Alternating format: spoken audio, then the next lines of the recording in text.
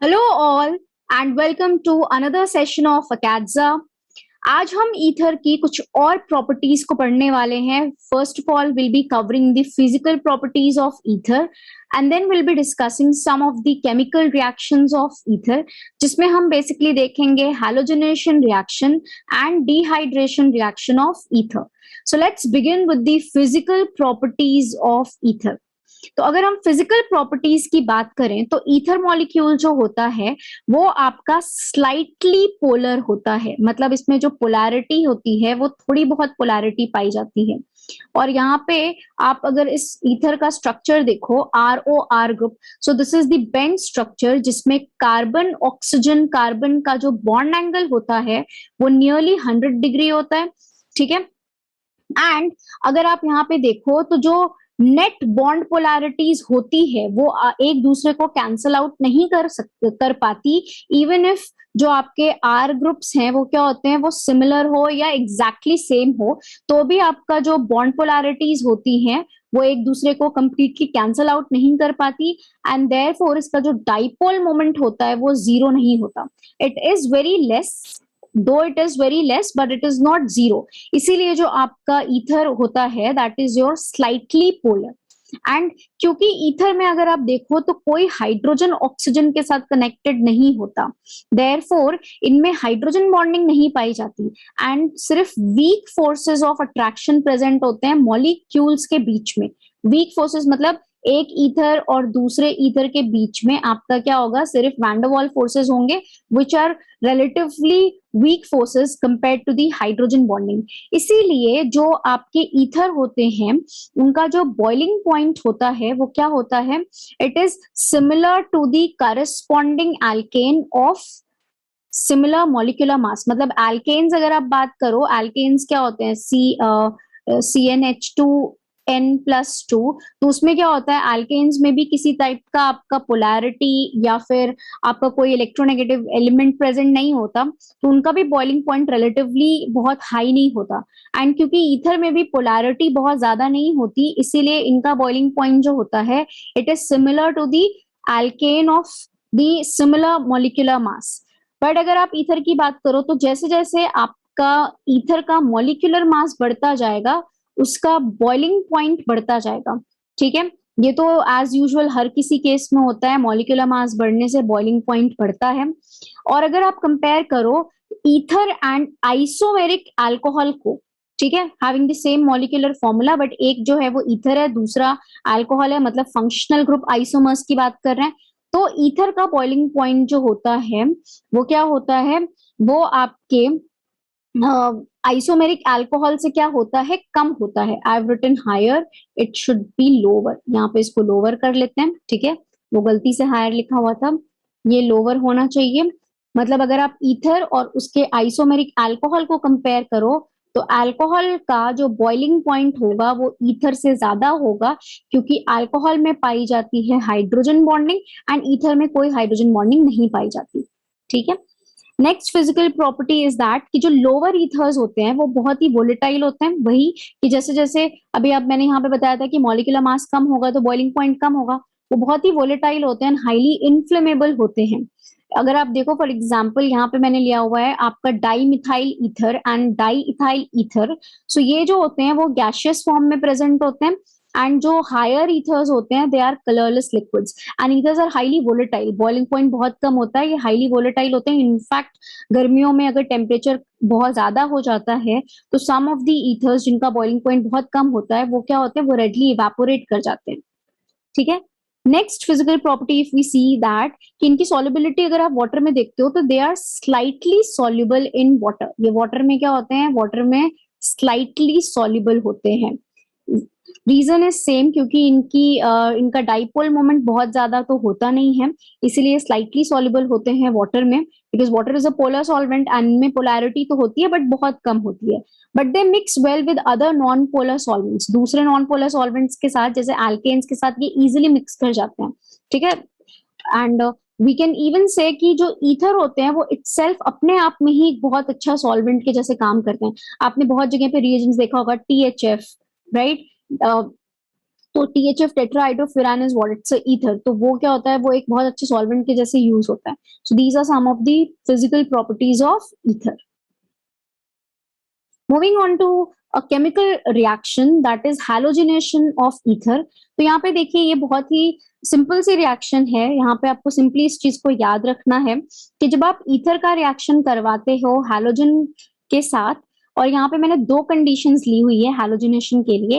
एक बार हम रिएक्शन करवा रहे हैं डार्क में, और दैट मींस विदाउट सनलाइट, और एक बार हम रिएक्शन करवा रहे हैं सनलाइट में.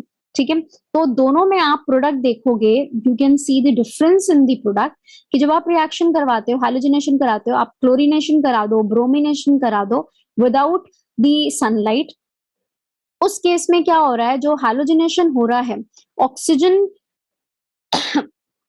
कि एडजेसेंट जो कार्बन है, we are taking it to be as alpha carbon, और अल्फा कार्बन के साथ जुड़ा हुआ हाइड्रोजन जो है that is the alpha hydrogen.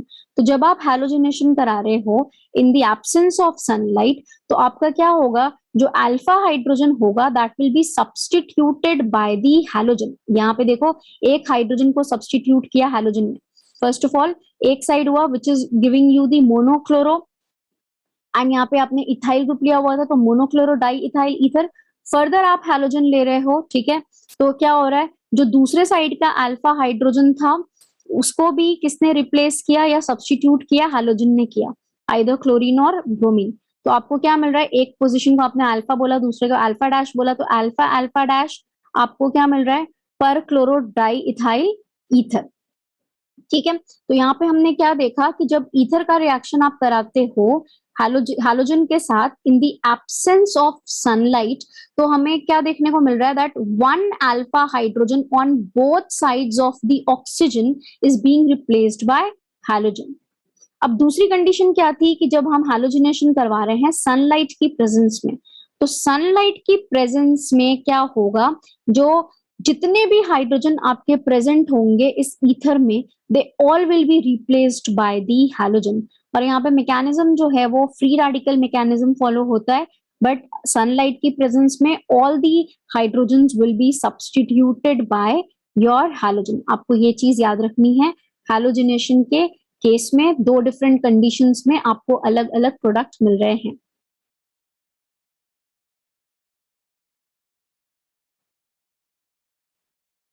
Next reaction that we are going to cover is dehydration reaction of ether. अब अगर आप यहाँ पे डिहाइड्रेशन रिएक्शन को देखो तो यहाँ पे क्या है, जब ईथर का रिएक्शन हम करवाते हैं कॉन्सेंट्रेटेड सल्फ्यूरिक एसिड के साथ, तो यहाँ पे एल्कीन का फॉर्मेशन होता है by the elimination of water. ये बिल्कुल वैसी ही रिएक्शन है जैसे आप अल्कोहल का रिएक्शन करवाते थे सल्फ्यूरिक एसिड के साथ, acid catalysed dehydration of alcohol, अगर आप लोगों को याद हो एल्कीन के प्रिपरेशन में, तो वहां पे क्या होता था, वाटर एलिमिनेट करके अल्कोहल से क्या बनता था, एल्कीन बनता था. सिमिलरली जब हम ईथर का रिएक्शन करवा रहे हैं कॉन्सेंट्रेटेड सल्फ्यूरिक एसिड के साथ, तो एल्कीन का फॉर्मेशन हो रहा है by the elimination of water. अभी इसका मैकेनिज्म देखो, बहुत ही सिंपल मैकेनिज्म है, it is similar to that of the alcohol. यहाँ पे मैंने क्या ले रखी है, यहाँ पे मैंने अनसिमेट्रिकल ईथर लिया हुआ है. एक तरफ आपका जो ग्रुप प्रेजेंट हुआ है that is your tertiary butyl group, दूसरी तरफ आपका ग्रुप जो है ये कौन सा ग्रुप है, this is your isopropyl group. ठीक है, तो आपको दो डिफरेंट टाइप्स की एल्कीन मिल रही है ना.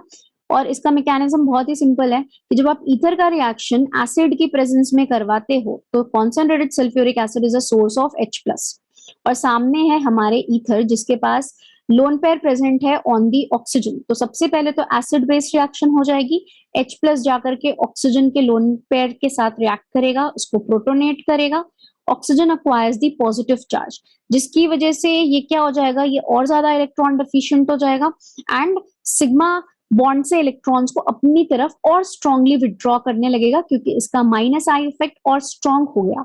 तो अब क्या होगा, जब ऑक्सीजन के ऊपर पॉजिटिव चार्ज आ जाता है तो it acts as a good leaving group, bond cleave होगा, कार्बन ऑक्सीजन बॉन्ड.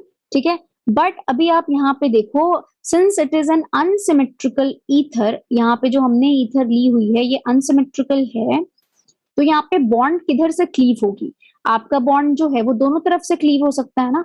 आपको ये डाउट हो सकता है कि आपका जो बॉन्ड है it can cleave either from this side और it can cleave from this side, दोनों तरफ से हो सकता है।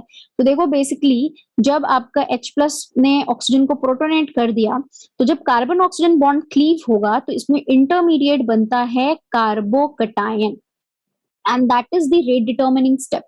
तो कार्बन ऑक्सीजन बॉन्ड उस तरफ से क्लीव करेगा जो कि ज्यादा स्टेबल कार्बोकटायन का फॉर्मेशन करेगा, जिधर से आपका ज्यादा स्टेबल कार्बोकटायन का फॉर्मेशन हो। तो अगर आप बॉन्ड इधर से क्लीव करोगे तो आपको मिलेगा टर्शरी कार्बोकटायन, है ना। अगर आप इधर से क्लीव कर रहे हो तो आपको टर्शरी कार्बोकटायन मिलेगा, और अगर आप इधर से क्लीव करोगे तो आपको मिलेगा सेकेंडरी कार्बोकटायन। तो obviously which is more stable, tertiary ज्यादा स्टेबल है। तो यहाँ पे बॉन्ड उधर क्लीव कर रहा है जिधर ज्यादा स्टेबल कार्बोकटायन मिलेगा। तो आपका bond carbon oxygen bond cleave हुआ, ठीक है। इधर आपको क्या मिल गया, आपको मिल गया अल्कोहल, और यहाँ पे क्या आ गया, कार्बोकटायन हो गया आ गया। नेक्स्ट हमारे पास मीडियम में HSO4- तो प्रेजेंट ही है, which is acting as what, ये बन